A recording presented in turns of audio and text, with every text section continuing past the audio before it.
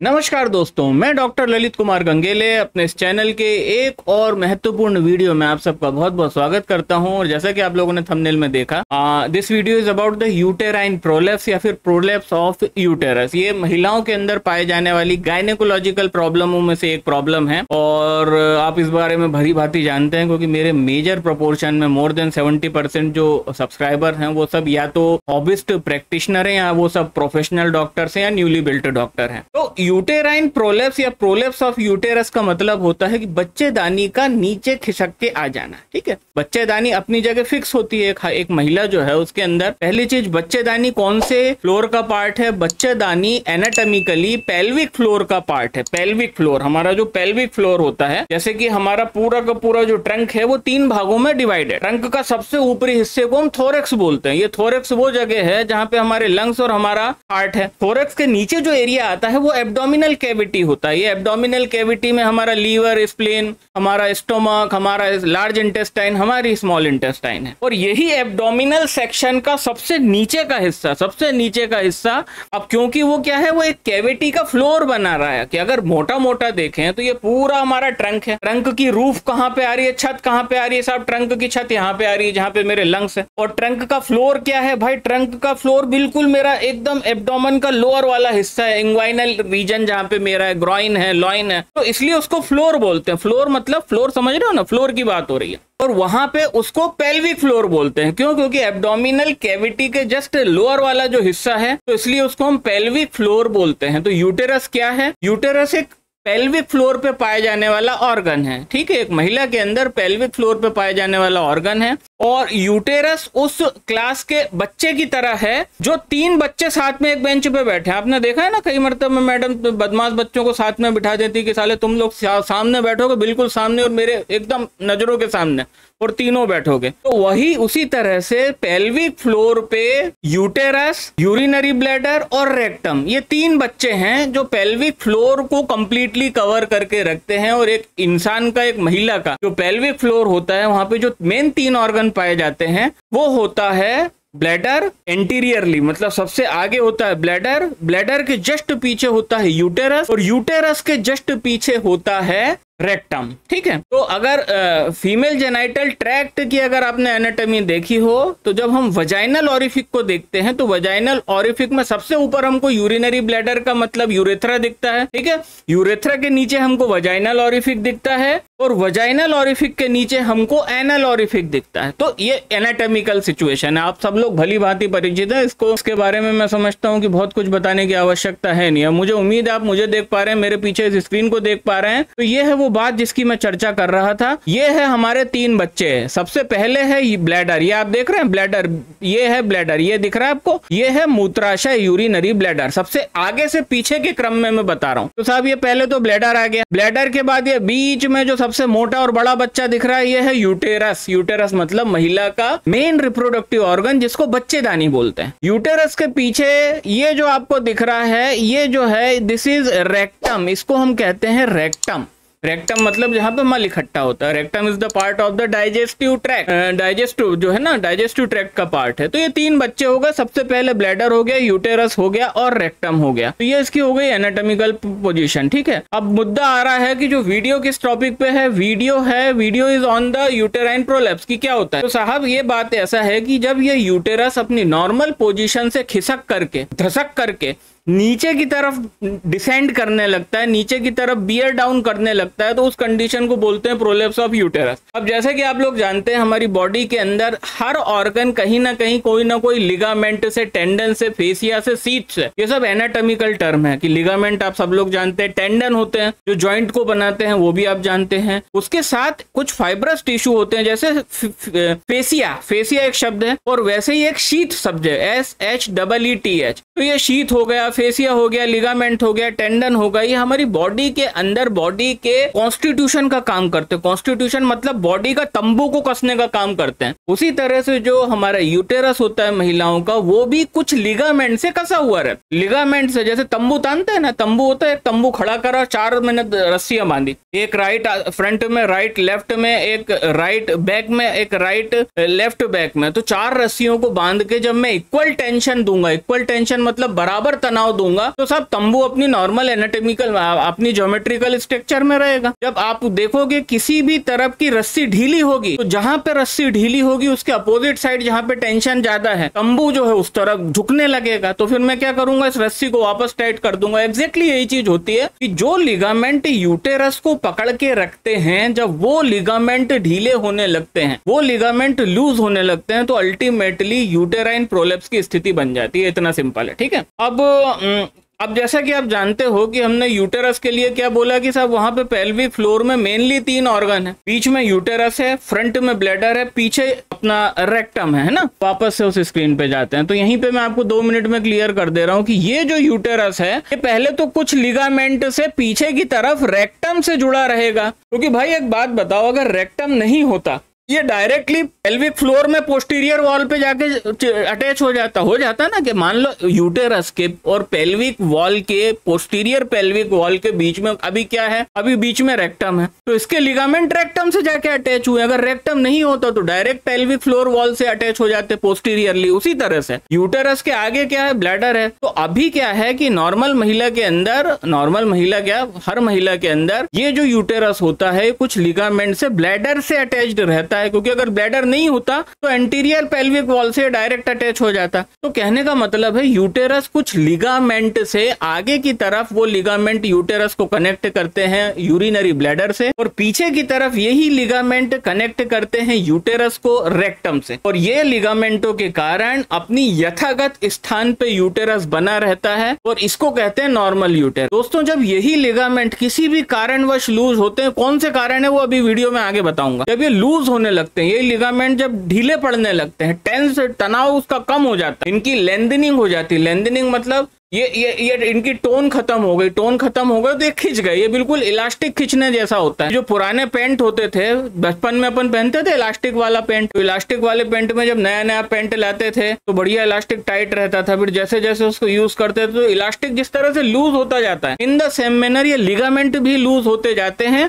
और दोस्तों जब ये लिगामेंट लूज हो जाते हैं तो अल्टीमेटली यूटेराइन प्रोलेप्स हो जाता है। आप कुछ और चित्रों से पहले कंसेप्ट क्लियर कर लो। बाकी अगर कंसेप्ट क्लियर हो गया तो फिर मेडिसिन में 2 मिनट लगना है, मेडिसिन बताना है और वीडियो खत्म करना है, बस इतना ही काम है जिंदगी में, और कुछ नहीं है। तो मैं कुछ आपको बता रहा था। अब आप ये चित्र देखिए, अब इस डायग्राम को प्रॉपरली देखिए आप, है ना, इस डायग्राम को प्रॉपरली देखिए। ये देखिए, ये जो आपको क्या दिख रहा है, आपको क्या दिख रहा है, ये जो डॉट डॉट डॉट वाली जो लाइन दिख रही है ना, डॉट डॉट डॉट, ये जो डॉट डॉट वाली लाइन है ये यूटेरस की ओरिजिनल पोजीशन थी। समझ रहे हो मेरी बात? अब मैंने क्या बताया, 3 बच्चों का एग्जांपल हमेशा याद रखना। सीट में सबसे पहले जो बच्चा बैठा है उसका नाम है ब्लैडर। ये दिख रहा है ब्लैडर, ये हो गया ब्लैडर। सीट में ब्लैडर के बगल में बीच में जो बच्चा बैठा है वो यूटेरस, और जो बच्चा सबसे कोने पे बैठा है अंदर की तरफ दबके वो है रेक्टम। ये है रेक्टम, बड़ा सा दिख रहा है, ठीक है। ये जो आपको dot dot dot dot line दिख रही है, बेसिकली ये इस यूटेरस की नॉर्मल पोजीशन होती है एक महिला के अंदर। ये नॉर्मल पोजीशन इस तरह की होती है। वो जो डॉट डॉट वाला एरिया है ना, वो प्लेस इज द ओरिजिनल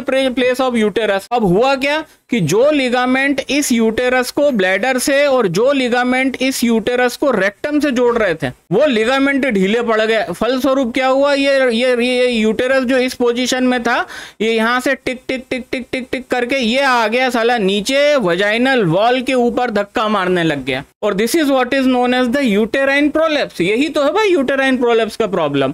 और जब ये यूटेरस डिसेंड करेगा, उतरेगा नीचे की तरफ, जब ये यूटेरस नीचे की तरफ डिसेंड करेगा, उतरेगा, तो सामने से जब हम वजाइनल एरिया से देखेंगे ना, इसको वजाइनल एरिया से देखने में हमको ये चीज दिखेगी। क्या दिख रहा है आपको? ये है ना वजाइनल एरिया। यहाँ पे नीचे की तरफ कहीं पे होगा एनल ऑरिफिक, ठीक है, ये एनस होगा यहाँ पे।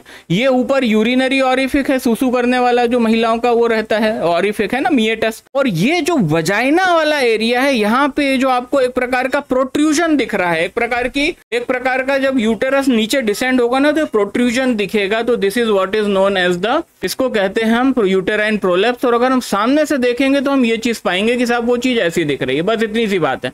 अब आप आ जाते हैं, एक और छोटा सा एग्जांपल लेते हैं कि ये यूटेरस है, ये वजाइना है, ये हो गया ब्लैडर, ये हो गया रेक्टम, ये हो गया यूटेरस, दिख रहा है ना। अब uterus fall down in the vaginal passage, तो ये यूटेरस की ये ओरिजिनल थी, अब ये नीचे की तरफ आने लगेगा। तो this is what is known as the uterine prolapse. आप समझ चुके हैं कि इसको हम यूटेराइन प्रोलेप्स बोलते हैं, प्रोलेप्स ऑफ यूटेरस बोलते हैं। और ये प्रोलेप्स ऑफ यूटेरस क्यों होता है? लिगामेंट के ढीले हो जाने के कारण होता है, जिसका मैंने इलास्टिक के पेंट का एग्जाम्पल दिया, जो छोटे में हम पहना करते हैं, तो सबने पहना होगा। अब आते हैं कुछ और चीजों के ऊपर कि हमने तो ये चीज समझा कि सब लिगामेंट ढीले हो गए तो यूटेरस नीचे। अच्छा, प्रोलेप्स के नाम पे लोगों को क्या आता है? भचाक से वजाइनल वॉल को तोड़ के पूरा का पूरा यूटेरस ऐसा बाहर आ जाएगा। होता है भाई, वो भी होता है, बट वो बहुत रेयर सिनेरियो है। जनरली हमारे पास, आपके पास जो केसेस आएंगे प्रोलेप्स ऑफ यूटेरस के, वो इस कंडीशन में आएंगे। ऐसा बताएगा वो पेशेंट कि साहब वो वजाइना के ऊपर सूजन आ रही है भयंकर। कैसा आ रहा है? बोले बल्जिंग आ रही है, वजाइनल ऑरिफिक सामने की तरफ बल्ज हो रहा है, सामने की तरफ निकल रहा है। तो आप समझ जाना कि फर्स्ट डिग्री है ये यूटेराइन प्रोलेप्स। अब आते हैं अगली बात पे।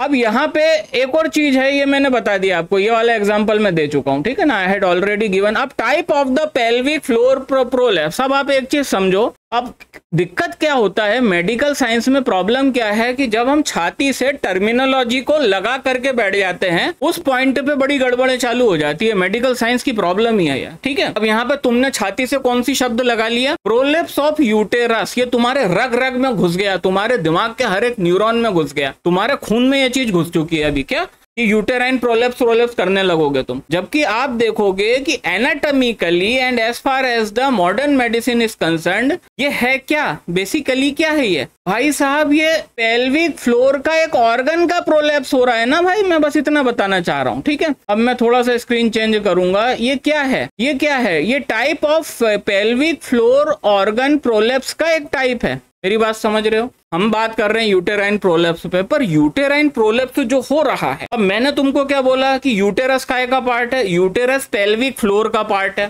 समझ में आई बात? बोलो हाँ, बोले हाँ। यूटेरस पेल्विक फ्लोर का पार्ट है, और पेल्विक फ्लोर में दो और इंपॉर्टेंट कौन से ऑर्गन है जो तीन ही पाए जाते हैं, कि एक तो यूटेरस है, दूसरा वहां पे यूरिनरी ब्लैडर है, और तीसरा वहां पे रेक्टम है।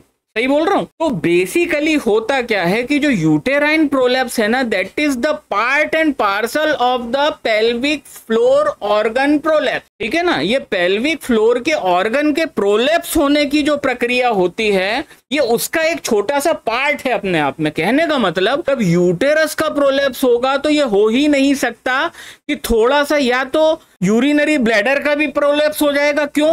क्योंकि भाई यूटेरस जो है, देखो मेरी बात समझो, यूटेरस जो है इसकी एंटीरियर वॉल किससे जुड़ी है? ब्लैडर से जुड़ी है। दिख रही है? ये यूटेरस है, ये ब्लैडर है, ब्लैडर सामने की तरफ होता है, ठीक है ना। जब ब्लैडर सामने की तरफ होता है तो यूटेरस और ब्लैडर के बीच में ये पीले कलर का लिगामेंट तुम लोगों को दिख रहा है, पीला कलर, ये वो लिगामेंट है जिसने जोड़ के रखा है यूटेरस को और ब्लैडर को। कहने का मतलब है कि जब anterior part of the uterus का प्रोलेप्स होगा, वो लिगामेंट ढीला पड़ेगा जो ब्लैडर से जुड़ा हुआ है, तो जो प्रोलेप्स होगा ना, उस प्रोलेप्स को हम सिस्टोसिल बोलेंगे। सिस्टो मतलब, सिस्टो शब्द ब्लैडर के लिए यूज होता है। What is सिस्टो? सिस्टो यूरिनरी ब्लैडर के लिए होता है। सिस्टाइटिस बोलते हैं ना अपन, सिस्टाइटिस मतलब इन्फ्लेमेशन ऑफ ब्लैडर को सिस्टाइटिस बोलते हैं। तो सिस्टोसिल मतलब CELE, सील मतलब प्रोलेप्स होना। तो जो यूटेराइन प्रोलेप्स है वो बेसिकली 3 वेरिएंट का होगा। पहली चीज, पहले सबसे कॉमन वेरिएंट समझो। जो कॉमन वेरिएंट होगा जिसको हम यूटेराइन प्रोलेप्स बोलेंगे, उसके अंदर एंटीरियर वॉल ऑफ यूटेरस जो कि यूटेरस से जुड़ी है, और पोस्टीरियर वॉल ऑफ यूटेरस जो दिख रहा है पीछे, यूटेरस के पीछे और रेक्टम के बीच में पीला लिगामेंट, जब ये दोनों वॉलों का साइमल्टेनियसली नीचे प्रोलेप्स होगा, इक्वल मतलब एंटीरियर वॉल भी उतनी नीचे आ रही है, पोस्टीरियर वॉल भी उतनी नीचे आ रही है, और अल्टीमेटली जब ये दोनों चीज होंगी तो वो कहलाएगा classical uterine prolapse. Classical uterine prolapse से बिल्कुल बिल्कुल क्लासिकल है, क्योंकि उसमें ना सिस्टोसिल है ना रेक्टोसिल है, दोनों बराबर बराबर हो रहा है। जब सिर्फ एंटीरियर वॉल का प्रोलेप्स होगा कि यूटेरस के सामने का हिस्सा जो ब्लैडर से जुड़ा हुआ था, वो जब ढीला पड़ेगा और वो नीचे की तरफ आएगा, हल्का सा ब्लैडर भी उसके साथ नीचे की तरफ आएगा, and this type of the uterus के प्रोलेप्स को हम सिस्टोसिल बोलते हैं। हम यूटेरस शब्द यूज नहीं करेंगे, इसको सिस्टोसिल बोलेंगे। सिस्टोसिल पढ़ना हो स्टेफिसेग्रिया पढ़ लेना। वैसे ही जब पोस्टीरियर वॉल ऑफ यूटेरस का प्रोलेप्स नीचे की तरफ हो तो यूटेराइन प्रोलेप्स रहा है। क्यों? क्योंकि अल्टीमेटली यूटेरस और पीछे की तरफ जो रेक्टम है उसका लिगामेंट ढीला पड़ रहा है। अब वो जब ढीला पड़ रहा है तो यूटेरस नीचे आ रहा है, कहां से? पोस्टीरियरली। अब जब पोस्टीरियरली वो नीचे आ रहा है तो वो साला रेक्टम का एक साथ में हिस्सा लेके टक टक करता हुआ नीचे आ जा रहा है, इसलिए इसको रेक्टोसिल बोलते हैं। और जो नामकरण होगा सिस्टोसिल या रेक्टोसिल, वो सिम्टम के ऊपर होगा, जो अभी अपन आने वाले थोड़ा सा वीडियो के पार्ट में अपन सिम्टम्स ऑफ यूटेराइन प्रोलेप्स हम जब देखेंगे तो उसके अंदर मैं आपको बता दूंगा, ठीक है ना। तो ये चीज याद रखना कि अगर anterior part of the uterus नीचे आएगा तो वो ब्लैडर के कुछ हिस्से को साथ में लेता हुआ नीचे उतरेगा, तो इसको सिस्टोसिल बोलेंगे। जब posterior part of the uterus या posterior wall of the uterus जो रेक्टम से जुड़ी है, तब उसके अंदर प्रोलेप्स की कंडीशन बनेगी, जब वो नीचे की तरफ डिसेंड होगा तो उसको हम रेक्टोसिल बोलेंगे। और जब साथ में एंटीरियर पोस्टीरियर बिल्कुल इक्वल मात्रा में यूटेराइन प्रोलेप्स नीचे की तरफ होगा, कि एंटीरियर वॉल, पोस्टीरियर वॉल और रेक्टम और यूटेरस दोनों को साथ में घसीट के जब यूटेराइन प्रोलेप्स होगा तो उसको ना सिस्टोसिल बोलेंगे ना रेक्टोसिल बोलेंगे, उसको हम सिर्फ यूटेराइन प्रोलेप्स बोलेंगे। आई बात समझ में? अब कौन सी वॉल से इसका डिसेंट हो रहा है, मतलब कौन सा एंटीरियर वॉल से इसका प्रोलेप्स हो रहा है जो ब्लैडर को इफेक्ट कर रहा है, या पोस्टीरियर वॉल से इसका प्रोलेप्स हो रहा है जो रेक्टम को इफेक्ट कर रहा है, इसके बेस पे हम लोग इसका नामकरण करते हैं। अब आ गई बात समझ में? नामकरण भी और सिम्टम भी इसी बेस पे हमको दिखते हैं। तो साहब ये थी पूरी छोटी सी कहानी यूटेराइन प्रोलेप्स की। अब मुझे उम्मीद है कि आप लोगों को समझ में आई होगी।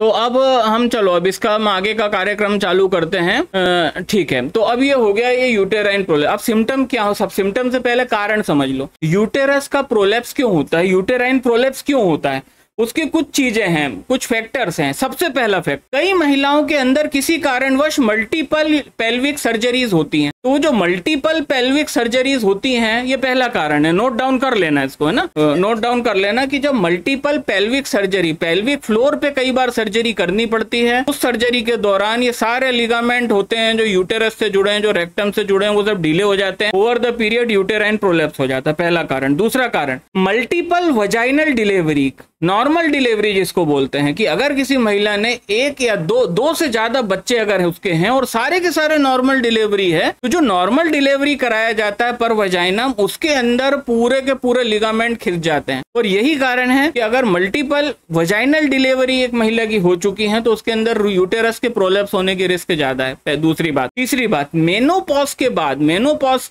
होने के बाद हार्मोन्स की अभाव में, हार्मोन्स खत्म हो जाते हैं, उसके अभाव में क्या होता है, यूटेरस का पूरा मस्कुलर टोन खत्म हो जाता है। मेरी बात समझ रहे हो? यूटेरस का मस्कुलर टोन खत्म हो जाता है। जब मस्कुलर टोन खत्म होगा तो ऑब्वियस बात है प्रोलेप्स हो जाएगा, मसल्स जो हैं और लिगामेंट ढीले पड़ जाएंगे, है ना। जो चौथा कारण है, बहुत टेक्निकल कारण है, पहली डिलीवरी के वक्त महिला की उम्र कितनी थी। कहने का मतलब, अगर किसी महिला की पहली डिलीवरी बहुत ही कम उम्र में हुई होगी तो उसको आगे भविष्य में जाकर के यूटेराइन प्रोलेप्स होने का खतरा है। और खासकर पहली डिलीवरी कम उम्र में, वो भी नॉर्मल वजाइनल डिलीवरी अगर हुई है, तो इस महिला को 3 से 4 गुना रिस्क है कि आगे की लाइफ में, क्योंकि भाई एक बात कॉमन सेंस लगाओ ना, पहला बच्चा अगर किसी गांव के अंदर जो कम उम्र में शादी हो जाती है, और अगर कोई लड़की 15-16 साल के अंदर पहला डिलीवरी देती है, वो भी नॉर्मल, तो ऑब्वियस बात है वो उसकी और आगे जब एज बढ़ेगी तो और डिलीवरी होंगी। अगर पहली नॉर्मल हुई है, बाकी भी नॉर्मल हुई होगी। और पहली डिलीवरी के टाइम पे लिगामेंट्स इतने ज्यादा स्टिफ नहीं थे, क्यों? क्योंकि रिप्रोडक्टिव ऑर्गन उतना डेवलप्ड नहीं था। तो इसी कारण से अल्टीमेटली क्या होगा, इसका रिस्क बढ़ जाता है।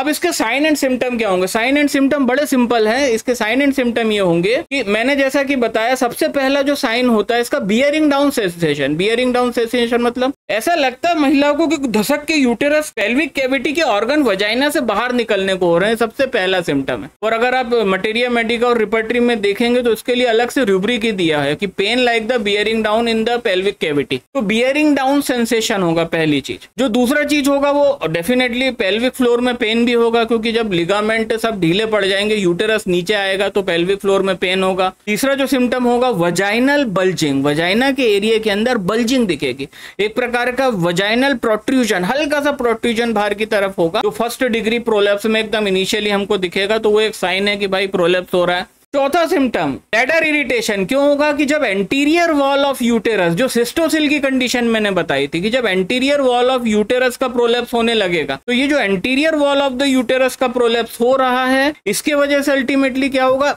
ब्लैडर, यूरिनरी ब्लैडर का इरिटेशन होगा। तो बार बार फ्रिक्वेंट यूरिनेशन है ना, बार बार ऐसा लगता है पूरी तरह से ब्लैडर ही खाली नहीं हो रहा है, सुसु करके आए फिर थोड़ी देर बाद सुसु होने लग गई, तो ये सब चीजें सिम्टम होगी। तो ये होगा काय का, चौथा सिम्टम है काय का, ये सिस्टोसिल का सिम्टम है। तो पहला सिम्टम है बियरिंग डाउन सेंसेशन, चौथा सिम्टम होगा pain in the pelvic area, तीसरा सिम्टम क्या होगा, तीसरा सिम्टम होगा वजाइनल प्रोट्रूजन, वजाइनल वॉल का सामने की तरफ प्रोट्रूजन। चौथा सिम्टम सिस्टोसिल के कारण होगा, जिसके कारण इनको यूरिनरी इरिटेशन होगा, इरिटेशन ऑफ ब्लैडर, जो कि फ्रिक्वेंट यूरिनेशन इन मतलब यूटीआई के सिम्टम जैसे आएंगे। पांचवा सिम्टम रेक्टोसिल का होगा, जब भी पोस्टीरियर वॉल ऑफ यूटेरस का प्रोट्रूजन होगा तो वो रेक्टम को इरिटेट करेगा। तो रेक्टल सिम्टम में क्या होगा, frequent desire to go to stool, कई महिलाओं को कॉन्स्टिपेशन जैसा भी हो जाता है, ठीक है। कॉन्स्टिपेशन क्यों, क्योंकि वो रेक्टल वॉल को लेकर के नीचे आ रही होती है, तो रेक्टम में इरिटेशन होता है, कई बार रेक्टम में टिनास्मस भी होता है, कई बार इनकॉन्टिनेंस ऑफ स्टूल होता है।